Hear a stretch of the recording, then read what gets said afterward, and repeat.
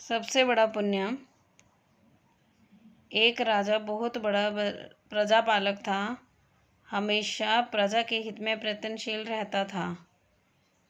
वह इतना कर्मठ था कि अपना सुख ऐशो आराम सब छोड़कर सारा समय जनकल्याण में ही लगा देता था। यहाँ तक कि जो मोक्ष का साधन है अर्थात भगवत भजन, उसके लिए भी वह समय नहीं निकाल पाता था।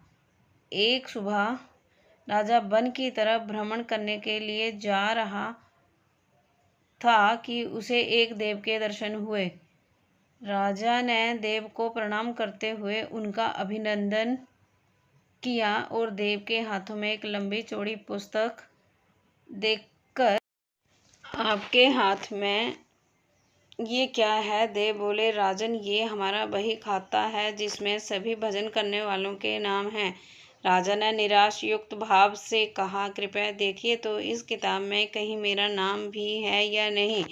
देव महाराज किताब का एक एक पृष्ठ उल्टने लगे, परंतु राजा का नाम कहीं भी नजर नहीं आया। राजा ने देव को चिंतित देखकर कहा, महाराज, आप चिंतित ना हों, आपके ढूंढने में कोई भी कमी नहीं है। वास्तव में ये मेरा दुर्भाग्य है कि मैं भजन कीर्तन के लिए समय नहीं निकाल पाता और इसलिए मेरा नाम यहाँ नहीं है। उस दिन राजा के मन में आत्मग्लानि सी उत्पन्न हुई, लेकिन इसके बावजूद उन्होंने इसे नजरअंदाज कर दिया और पुनः परोपकार की भावना के लिए दूसरों की सेवा करने में लग गए। कुछ दिन बाद राजा फिर सुबह वन की तरफ टहलने के लिए निकले तो उन्हें वही देव महाराज के दर्शन हुए। इस बार भी उनके हाथ में एक पुस्तक थी। इस पुस्तक के रंग और आकार में बहुत भेद था और ये पहली वाली से काफ़ी छोटी भी थी। राजा ने फिर उन्हें प्रणाम करते हुए पूछा, महाराज, आप कौन सा बही खाता अपने हाथों में लिए हुए हैं? देव ने कहा, राजन, आज के बही खाते में उन लोगों का नाम लिखा है जो ईश्वर को सबसे अधिक प्रिय है।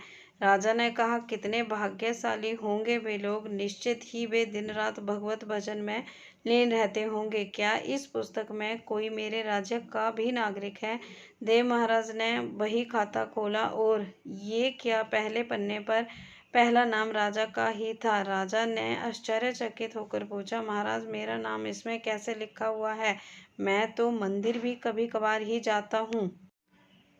देव ने कहा, राजन, इसमें आश्चर्य की क्या बात है? जो लोग निष्काम होकर संसार की सेवा करते हैं, जो लोग संसार के उपकार में अपना जीवन अर्पण करते हैं, जो लोग मुक्ति का लोभ भी त्याग कर प्रभु के निर्बल संतानों की सेवा सहायता में अपना योगदान देते हैं, उन त्यागी महापुरुषों का भजन स्वयं ईश्वर करता है। हे राजन, तू मत पछता कि पूजा पाठ नहीं करता, लोगों की सेवा कर, तू असल में भगवान की ही पूजा करता है। परोपकार और निस्वार्थ लोक सेवा किसी भी उपासना से बढ़कर है। देव ने वेदों का उदाहरण देते हुए कहा, कुर्वेत्रेवेह कर्माणि जिजीविषेचनम समहा एवांता वाप नायंतो अस्ति व कर्म लिप्यते नरे। अर्थात कर्म करते हुए 100 वर्ष जीने की इच्छा करो तो कर्म बंधन में लिप्त हो जाओगे। राजन, भगवान दीन दयालु हैं, उन्हें खुशामद नहीं भाती बल्कि आचरण भाता है। सच्ची भक्ति तो यही है कि परोपकार करो, दीन दुखियों का हित साधन करो, अनाथ विधवा किसान व निर्धन आज अत्याचारियों से सताए जाते हैं, इनकी यथाशक्ति सहायता और सेवा करो, और यही परम भक्ति है। राजा को आज देव के माध्यम से बहुत बड़ा ज्ञान मिल चुका था और अब राजा भी समझ गया कि परोपकार से बड़ा कुछ भी नहीं, और जो परोपकार करते हैं वही भगवान के सबसे प्रिय होते हैं। मित्रों, जो व्यक्ति निस्वार्थ भाव से लोगों की सेवा करने के लिए आगे आते हैं, परमात्मा हर समय उनके कल्याण के लिए यत्न करता है। हमारे पूर्वजों ने कहा भी है, परोपकाराय पुण्याय भवति, अर्थात दूसरों के लिए जीना, दूसरों की सेवा को ही पूजा समझकर कर्म करना, परोपकार के लिए अपने जीवन को सार्थक बनाना ही सबसे बड़ा पुण्य है। और जब आप भी ऐसा करेंगे तो स्वतः ही आप एक ईश्वर के प्रिय भक्तों में शामिल हो जाएंगे।